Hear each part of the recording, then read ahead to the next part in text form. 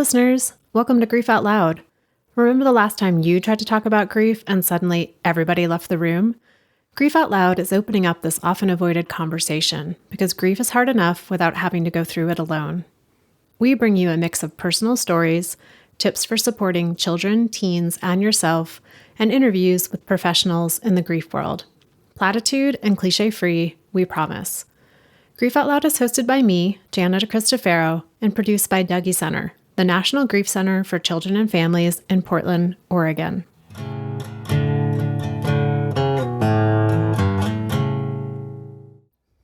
As promised, listeners, we're back with the third in our 4-part series of episodes that are more educational. And because I can only go so long without bringing you a personal story, this episode, it's pretty half and half. Kaur Khalsa is a longtime colleague of mine at Dougy Center. As a staff member, she is our Family Services Coordinator, which means she's a wizard at navigating schedules and getting families placed in our peer grief support groups. And like most folks in this field, Kaur comes to the work with her own story. The youngest in her family, Kaur was just 3 when her older brother died in a drowning accident. So she really grew up with grief as part of her family. Although, in her family, that grief was never talked about. Neither was her brother, like ever. Now, as someone who leads groups for kids who were the same age that she was when her brother died, Kaur is relieved and gratified to know that those kids, and their adults, get to have a different experience. They get the opportunity to talk about their people who died, to express their emotions, and to be with others who can relate to them in their grief. Kaur loves working with the youngest kids in our program, the 3 to 5-year-olds that we call littles. In our conversation, Kaur and I discuss what she remembers about grief as a young child, how that grief shaped her decisions as a parent to her own child, and what she's learned about what grief looks like for preschoolers, how to talk to them about grief and loss, and what they most need from the adults in their lives. Okay, here's our conversation. Kaur, thanks for coming on Grief Out Loud. It's your first time recording a conversation for the podcast, right? That's correct. So we usually start with the personal story on the show, but I want to do it a little out of order today and wondering if you can talk a bit about your role at the Dougy Center. I am the Family Services Coordinator, which means that I place families in groups. I run orientations. If families need to change groups for whatever reason, I help them figure that out. And I also run 6 groups. I do an online group for littles who are 3 to 5. I run a 4 to 8-year-old group. I run a 6 to 12-year-old group. I run a middle school group. And then I have 2 teen groups, one which is general and the other is specific for sibling death. And listeners, Kaur and I have worked together for many years, and I am extremely grateful for Kaur at Dougy Center because she loves to work with the kids who are 3 to 5 and 4 to 8, which is the age range that I am the most terrified of. So that is why we decided to have this conversation, because we really wanted to bring you information about what does grief look like, sound like, how does it show up for these kids who are, kind of the youngest grievers, as we say, and what are some things we can be doing to best support them. So thank you, Kaur, because if you weren't here, I'd have to work with those kids. I'm always grateful that you work with the young adults, so it's a trade-off. Yeah, we do more talking and crying. You do more singing and playing, for sure. Right. Okay, so now that we get the business part out of the way, what's your personal connection to this work? Well, it might not be very surprising that my interest in those little kids is connected to my own experience. Perhaps that's why I enjoy them so much. I am the youngest of 6 kids, and my middle brother, who was 9 years older than me, died when he was 11. He was, I think, 4 days shy of turning 12. and I was 3. That had a huge impact on my family. So he died on 4th of July. He drowned in a public pool with lifeguards and lots of people around. My parents and I were not at the pool. In 1970, I think it was totally normal just to like send your kids off to the local high school to go swimming without you. But my other siblings were all there. In 1970, there was nothing like Dougy Center. And I think people didn't really know how to, maybe even how to support grieving, parents, let alone grieving kids. And so my experience as a young child in my family was that we just stopped talking about my brother. I know I was not allowed to go to the funeral. I don't know. My oldest siblings are 10 and 12 years older than me, so they were teenagers or almost teenagers by that point. I don't know if, I think they were probably allowed to go, but honestly, I don't know because we don't talk about it.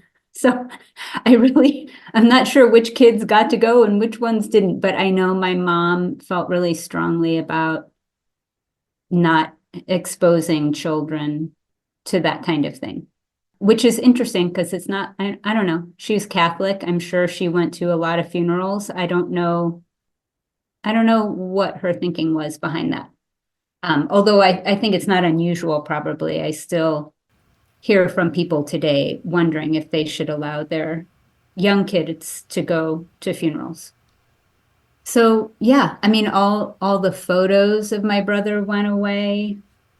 At some point, my parents had a photo or a portrait maybe that my sister drew in their bedroom of my brother, but I don't think that was even right away. I think I was older when that got put up. So no discussion until my mom died when I was in my 30s. I had never been to my brother's grave. I don't think I even knew where it was. So, that's how buried it all was. It wasn't a spoken rule, it was an unspoken rule that you don't bring up Tamar, you don't talk about him. And another, I think, unspoken rule among all of us kids was to do our best to not create any problems or friction for our parents because, it was hard enough. Like, we should not get into trouble. We should not do anything wrong. My parents were also very strict Catholics, so that might have played into it. That could have been a guiding principle regardless, but I definitely felt this pressure that they had, it had been hard enough for them. So causing extra trouble would be not okay. As I'm listening to you talk about kind of the way that your brother's death impacted the system and those unspoken rules that got created, and thinking about you being so young, only 3 when it happened, and then your brother literally disappeared, like from the earth and then from the walls and from the conversation. And it was like, do you have a sense of like what your own experience was as a young kid, maybe like 3, 4, 5, 6, with your own grief? Or was your grief just so tied to how the people around you were showing you what it meant? I'm not really sure, to be honest with you, Jana. I think about this a lot about, my own grief, about is it okay for me to really own my grief around him? Sometimes I feel like maybe my grief is, at least in part, grief of not having sort of a typical happy childhood, like parents who were very present and engaged. And I think, at least for my oldest siblings, they probably, I'm assuming they got that until my brother died. So, if you're 13, 15 years old, you definitely will have strong memories of our family prior to Tamar's death. I have no recollection of what that was like. I only know my parents as they were, and my family as it was after the death. And so, it's hard for me to know how different things might have been. I have some conjecture about that, but that is where I get a little anxious about, if I express my opinion about that, would my siblings disagree? But I don't know. I have, when I was younger, like a young adult, I do remember trying to ask how my parents were before the death and not really getting much traction. The other thing I realized that probably reinforced the whole don't make any trouble for people.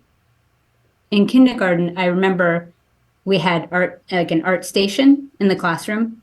And when you were finished with the art station, if you walked away, they would clean up your stuff and, let your painting dry or whatever. And I was working on this painting, working so hard, and I really had to pee. But I was afraid if I left to go to the bathroom that they would think I was done. So I just kept trying to hold it until I finally wet my pants. And at the time, my mom had thrown her back out and she had to be in bed for like 6 weeks. And so the neighbor had to come pick me up to take me home to, get me changed. And I remember her driving me home and unintentionally probably, but shaming me for having this accident when, my poor mom is in bed and I'm making this extra problem.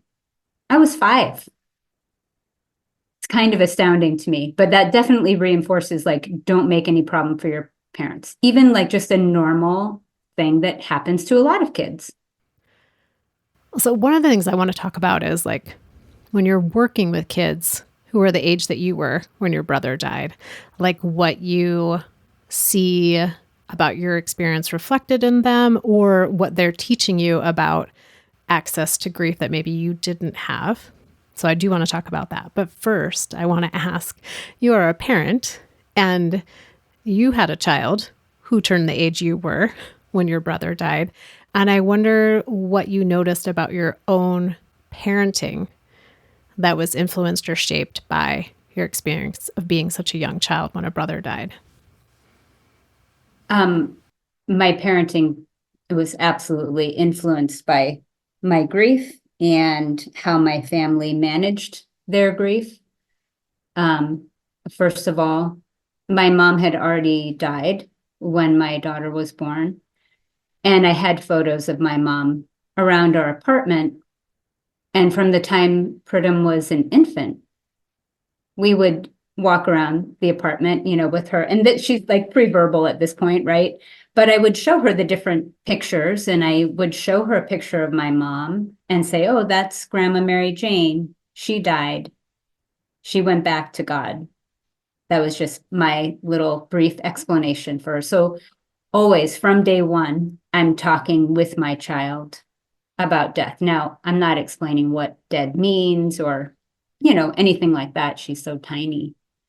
But just incorporating my mother into our lives right from the get-go.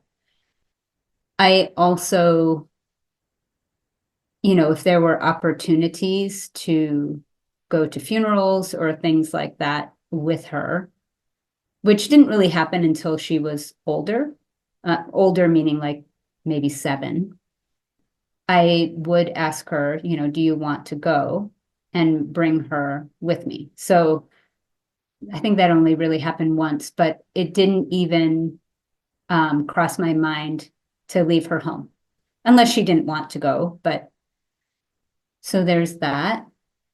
The other thing and this is not so much like how I talk about grief, but I remember when she was about 3 days old, like having a panic and not really knowing what that was about, and calling my midwife and saying, I don't know what's wrong with me. Now, partly, I think after the third day, all your hormones kind of shift. So you really are experiencing a hormonal event, but also, my midwife she was so intuitive, and she just sat and chatted with me. And at some point, as she was just talking and trying to be soothing to me, she said, you know, this baby, this soul, has come into your life, but you don't really have any control over what her destiny is, in large part when she comes, when she goes. And as soon as she said when she goes, I burst into tears, and I was like, oh my God, she could die at any time.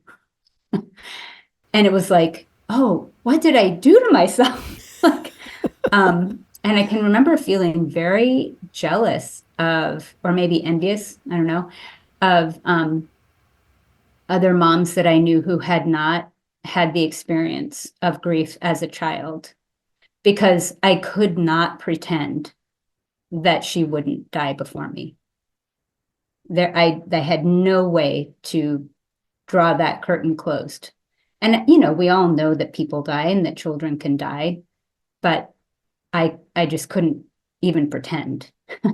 So that was kind of a huge revelation, which sounds silly, I guess. But I thought I had like worked through a lot of stuff. And so it was sort of surprising to me to have that hit me so much in the face and realize, oh, that's what my panic was about. I think about that a lot in terms of, the kids that we work with, the families that we work with, all of us who work at Dougy Center. We lose the privilege of saying, well, that's probably not going to happen. Like, that's kind of an irrational thought, because we're like, no, it's not. It absolutely could happen. It happens all the time. Just this last weekend, I was out at the coast with some friends, and there was, here on the west coast of Oregon, we have something called a sneaker wave, where these really high, unexpected waves come in and they can pull you out to sea. And so I was a little on edge, and I was talking with a friend who was like, well, I know a few people who've been caught in sneaker waves and they were fine. And I said, oh, I only know the stories of the people who die in the sneaker wave, because those are the people who come to Dougy Center. I've actually literally never heard a story of someone caught in a sneaker wave who didn't die. So I forget that I have such a skewed sample of of judging safety of things, but that can be so true for anyone who had an experience of someone dying. It's like, no, that can happen. Right. Yeah. I do have to do a lot of self-talk. When my child was little, if she was, say, going on a field trip and for some reason I couldn't go, which incidentally, I tried to go to every single one possible. Or if she was, going somewhere in a car with somebody that wasn't me, I really had to sort of do a lot of talk to myself that for the most part, people are safe. She will more than likely be just fine. And even to this day, and she goes to school very far away now in college, and I still have to sometimes do that, especially, I don't know why, but especially if she's traveling from, point A to point B. If she's just, on campus or maybe out somewhere with friends, kind of in the general area of where she lives, I can kind of let all of that go. But if she's, going some distance away or getting on a plane or something like that, I really have to talk to myself about it. And that really mostly it's okay. So let's go back to that original question of, now that you're in this role of working with kids who are the age you were when your brother died, what have you learned from them, either about what you did get to do or feel in your grief, or what you didn't get to do or feel in your grief? Well, it makes me really happy when I see kids feel comfortable and confident to share their story, whatever that might look like for them, right? It's not always, strictly speaking, the truth as maybe their adult would see it. Sometimes there's fanciful things sprinkled in, or, whatever. Or maybe they're hearing a lot of other kids talk about a certain type of death, and that's not how their person died. So all of a sudden they're borrowing someone's story. But just the fact that they feel okay to talk about it makes me just happy, to know that it can be different, and that it can be different for their adults as well, that those adults can get support so that hopefully they can allow space in their home and their community for their child to freely share if they want to. Speaking of adults, what do you think is important for adults, whether it's a parent, a caregiver, a teacher, whoever, to understand about what grief looks like and can sound like and can show up like for these youngest kids? Well, I like to let those caregivers know, first of all, this is a long game, right? I think all parents and caregivers, they just want their kid to be okay. They want to know they're going to be okay, that this tragedy or event, this death, is not going to ruin their child's life forever. So reminding them that there isn't a quick fix, that it's a process, and that that's really okay. It's totally normal. Because a lot of times they want an answer for how to fix it right away, which I completely understand. Letting them know that kids that young don't understand the permanence of it. And so you might tell them, well, when someone dies, they can't come back. And so you think, okay, I've talked to them about this. And then a few days later, they're saying, well, can grandma come to my birthday party? Oh, no, sweetie, remember they died and they can't come back. Okay, and then a few days go by. Well, are they going to be at our house for dinner? No, sweetie, remember they died and they can't come back. There can be quite a bit of that, and it can take people off guard, wondering, like, is that kid listening to me? Did they what's going on? Why did they keep asking? And they're just trying to make sense of it. And I think in all the different contexts, and really they just don't understand that permanence. I mean, sometimes as an adult, it's hard to understand, right? Like, everything looks the same, but it doesn't feel the same. Where, how is it that my person could just be gone? So, if you're 3 or 4 or 5, plus you still have such amazing, like, fantasy life as a child that young, it can be easy to just have these ideas. You spend time sitting with kids who are this age, who are grieving, kids who are a smidge older, that 4 to 8-year-old. And then you've got the older kids, the middle school and high school kids. What would you say are some of the biggest differences in terms of how they express their grief, or express anything really, I guess, in that group setting with one another, between the younger kids and then the older kids? Well, little preschool age kids are pretty direct. They're not necessarily trying to make it nice for anybody. And they don't always really understand social norms. Unless they've been shut down a few times, they'll tell anybody. You're in the grocery store at the checkout line and Suddenly they're telling the checkout person that daddy died. And as the adult, you're thinking, oh God, does this person really want to hear this story right now? So they're very open. And they also, I think, in a way, don't always understand like the gruesomeness of death. So they may share details that an older child would either not want to share or not understand, that people wouldn't necessarily want to hear those graphic details. Also, that age group play is really, really important. The less sophisticated a person's verbal skills are, even young kids who are very verbal and have, pretty good vocabulary, it's a pretty sophisticated thing to connect your emotion and your experience and your words. So having the opportunity to play is how those little ones are making sense of their experiences, even just like on a subconscious level. And feelings, we call them feelings because you can feel them in your body, you experience them in your body.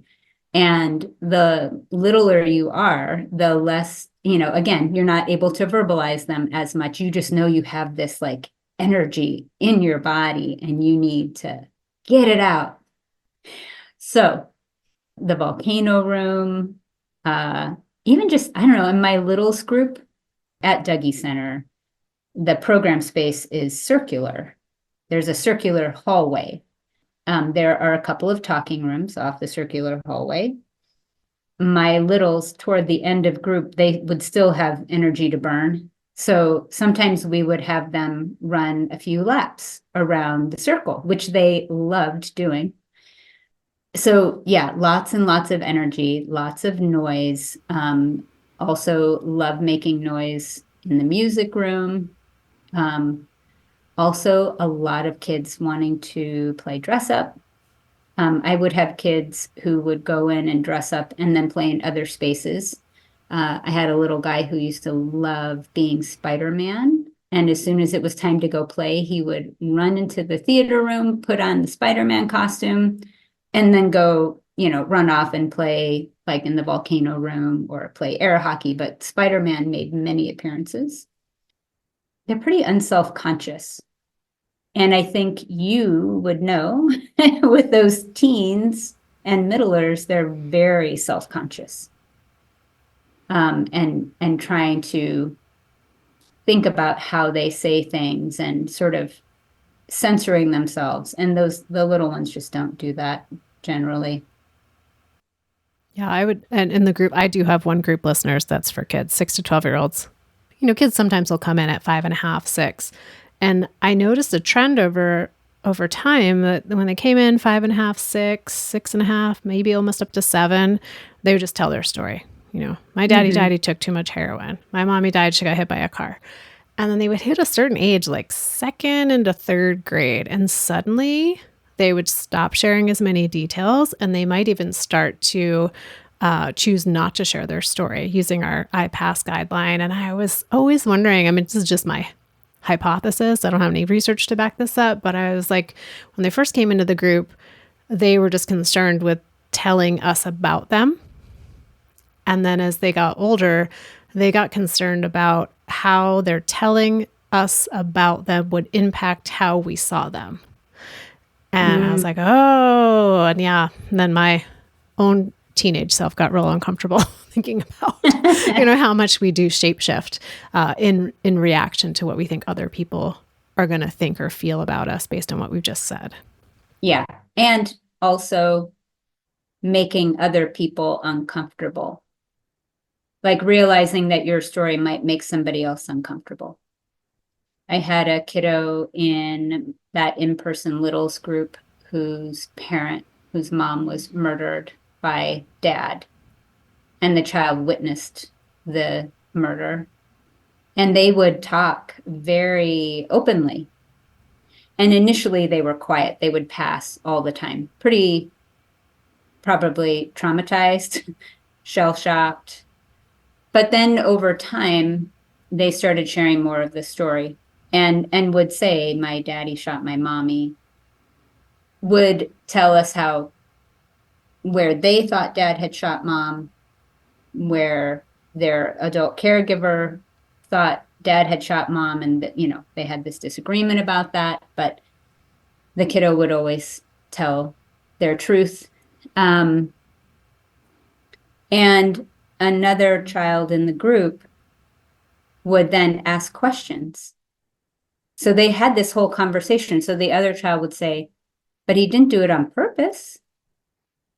And the other one would say, yeah, he did. And then the friend would say, but why? And the child would say, I don't know, because he's mean. And, this conversation would just go back and forth. I think in an older group that wouldn't happen. I don't think another child would ask that question. And I loved that our model provided a space for the one child to be able to share their truth and for the friend to be able to ask the question without people shutting the question down. Because it wasn't coming from a place of judgment. It was like pure curiosity. And the child who was sharing the story was so comfortable with the story, having, been supported by us and been supported by a therapist and their adult caregiver, that, they just were fine. Like, no, he was just mean. Yes, he did it on purpose. And now he's in jail and mommy's in heaven. And that was always amazing to me, that, just such a beautiful example of this is why we have groups for little ones. Because sometimes people are like, well, why are they even going to remember? Can they even understand? Are they going to understand? Well, maybe they don't understand the way we understand, but they understand somebody's gone. And they understand that feels bad. And over time, they will begin to understand. And now they've had practice sharing their story and they know it's okay to talk about it. And that just makes it, I think, a little bit easier and more comfortable as they get older and do understand. I know we say this pretty much every episode of Grief Out Loud. Grief is different for everyone. There's no one right way to support someone who's grieving. And there are some like commonalities or suggestions that might be helpful. So I'm curious, in the work that you've been doing for so many years, what are some of your top recommendations that you might have for parents, caregivers, family, friends, when it comes to supporting kids, in this younger age range when somebody dies? One of the things, I think adults want to make kids feel better, right? So if your child is crying and upset or angry, having a temper tantrum or something like that, in expressing their grief, sometimes the knee-jerk reaction is just to say, oh, it's okay, sweetie, mommy wouldn't want you to be mad, or mommy wouldn't want you to be sad. And those things might be true, right? Maybe mommy wouldn't want you to have those big feelings, but I think what is more helpful is to acknowledge the feelings. So if you're not sure what it's about, you can ask, gosh, you seem really sad. What are you feeling sad about? And if the child isn't quite sure, you can offer, are you feeling sad about mommy? And they'll tell you what it is. And then you can say, oh, I understand why you feel sad. How can I help? Do you want a hug? Do you want to go for a walk? Do you want to play with dolls? And it might be okay to say, like, I don't know that mommy would want you to feel sad, but it is okay to feel sad, right? So just acknowledging for the child how they're feeling is huge, instead of trying to sweep it under the rug or just make it better. It can help let those feelings be able to resolve themselves a little bit more quickly if there's acknowledgement and comfort. Like, it's so comforting, even as an adult, when you're feeling angry, upset, if someone just says, God, I really understand why you feel that way. It's like, phew. And it's the same with kids. They're not any different than us in that way. Also, that they might not be able to talk about their grief, but they might have more tantrums. They might get more clingy.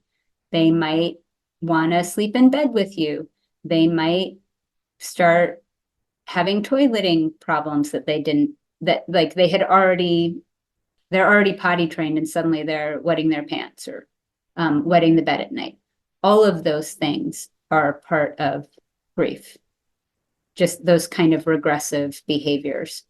And to have some patience with that over time, those things should resolve themselves if you're able to support your child in their grief. Also, that self-care for the adult is really important. Attending to your own grief so that you can be a support for your child. If you're not taking care of yourself, you're not attending your own grief over time, it's going to be harder for you to help your kiddo. And we do know that parents or caregivers who are attending to their own grief, that has better outcomes for kids in their grief process as well. So I'm really appreciating what you said about how important it is to acknowledge kids' feelings, make space for them to have their feelings, offer comfort, and have patience with sort of the behavioral changes that you might see. One thing I'm wondering about is, do you have any suggestions for parents and caregivers for how to respond to kids' questions? I feel like kids that age have a lot of questions, some of which the adults in their lives might be like, I don't want to, or I have no idea how to answer these.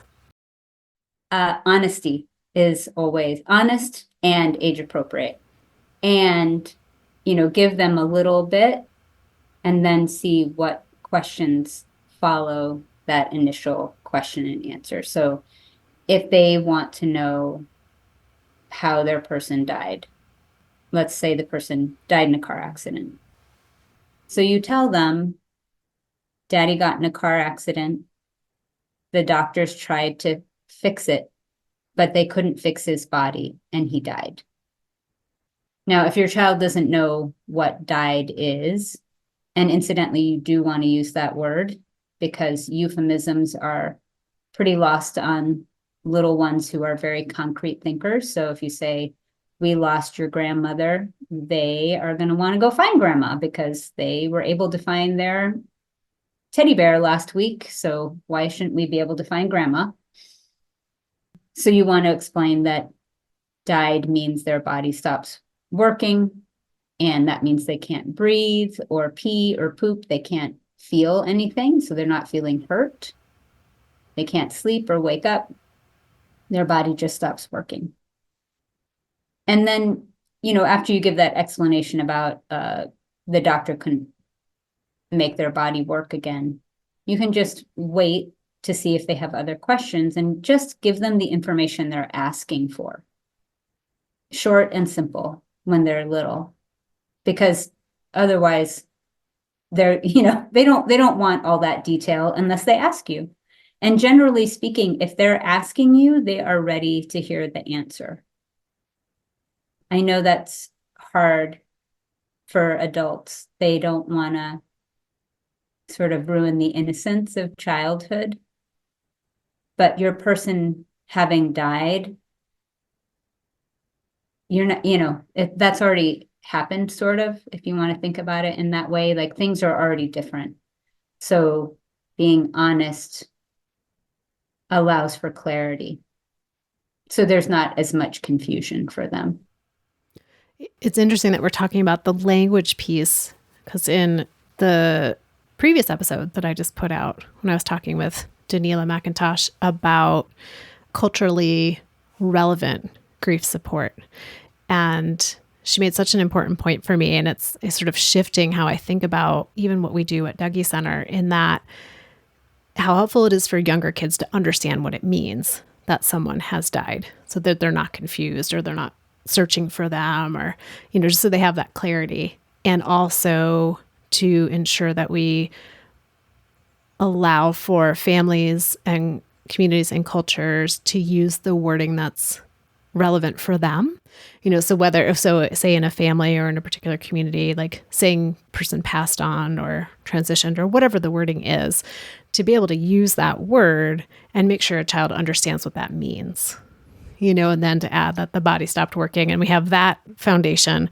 And then a family can also add whatever their understanding is of what does it mean when someone dies, maybe from more of that spiritual, religious perspective, whatever what happens next kind of thing. And so breaking that sort of helps me to sort of break that down, specifically when I'm talking to caregivers about supporting kids, that there's so many different layers to what does it mean to tell a child that someone has died, and to make space for all of those things at the same time. Yeah. And I love that idea of just explaining what that word means in your family or community context so that they're not confused. It's like you could say that person died and explain what died means, and then say, in our family, we say the person passed away. Or another way of, but that's a lot of explanation for a 3-year-old to take in. You might have to do it and pace yourself and do a bit at a time. But I think for me, the biggest takeaway in that, well, there's two big takeaways, but one of the big takeaways is recognizing that kids who are this age, right, they don't necessarily cognitively quite grasp that death happens to everybody, that it's permanent, and that it means the cessation of all function of a body, and that it can be really helpful for them to have that concrete understanding to start to be able to make more sense of the other less tangible aspects that come with grief and loss too as they get older. I think another question that all kids, but really even the littlest ones, that caregivers are really tempted to lie about is, are you going to die? Am I going to die? And, of course, you don't want them to be worrying about that, but you really need to be honest. And that honesty can also be couched in assurances that you're going to do your best to be healthy and be safe so that you will be around for a long, long time. But it is important to be honest and say, well, everything that is living eventually dies. I will die someday, yes. And I take care of myself as best I can so that I can be around for a long time, so I can see you grow up. And to offer also that, and no matter what happens, there's always going to be somebody to take care of you. Yes, that is an important bit of business that the adults now really hopefully will look at is, getting your will in order so that you have plans for who would take care of your beloved child should you also die. And so that you can share that information with your child, because kids will often ask, what's going to happen to me if you die? So having a plan that you can then share with your child and say, well, if that does happen, these are the people that you will live with. And I've already talked to them about it, and it's all written down, so you will be taken care of. Satkar, having this conversation reminds me of why when I tell people what I do, their reaction is like, oh, that must be so hard. How do you even get out of bed in the morning? And I'm wondering for you, as we come to the end of our conversation, how has working, particularly with this age of kids who are grieving, how has it changed you? Well, I think I'm more direct about grief and death. I mean, I said at the very beginning that in my family, we didn't talk about it. At least my brother's death. I mean, my mom and dad both have since died, and my siblings and I talk about them, and that's all fine. But we still don't talk about my brother. And I am really open with my daughter, and with other kids.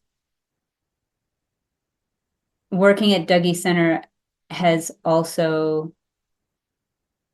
I think, in combination with having a child, has made me realize that little people are just people. They're like, we don't have to dumb things down for them. We just need to explain it in an age appropriate way. But they are very capable of taking in information and even having their own ideas about what death is, or where people go when they die, or what happens to a body, and just allowing space for them to share their ideas. I don't know what happens when people die. I don't know where they go. So I don't have to place that information on a kiddo. Whatever their family believes is fine with me. Whatever they think in their own mind, that's fine with me. I don't have to have an answer for them. They come up with a lot of great answers on their own. And that little kids are able to express themselves in their own way if they're given the space to do that. And that, oh my gosh, they love being reflected.